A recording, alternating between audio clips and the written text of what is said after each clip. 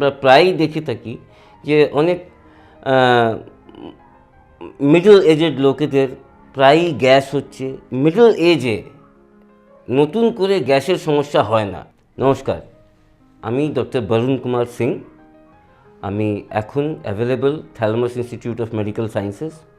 আমি একটা surgical gastroenterologist, সাধারণ ভাষায় গ্যাস্ট্রোসার্জন। নতুন করে যদি গ্যাসের সমস্যা হচ্ছে, ওটা কোনো অন্য রোগের একটা লক্ষণ হতে পারে, যেমন কি গল ব্লাডার, বাইল ডাক্ট, লিভারে ফ্যাটি লিভার, পাকস্থলের রোগ, প্যানক্রিয়াসের রোগ হতে পারে।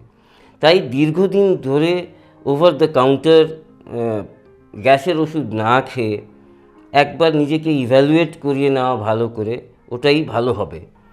এখন থ্যালামাস ইনস্টিটিউট অফ মেডিকেল সায়েন্সেসে আমি আর আমার টিম জিআই ট্র্যাক, খাদ্য নলী, পাকস্থল, pancreas, gall bladder, colorectal cancer surgery, অন্যান্য অ্যাডভান্স প্যানক্রিয়াটিক, বাইল ডাক্ট আর গল ব্লাডার সার্জারি আমাদের এখানে, আমার টিম আর এই পরিকাঠামো মিলে আমরা এখানে এখন করতে পারি।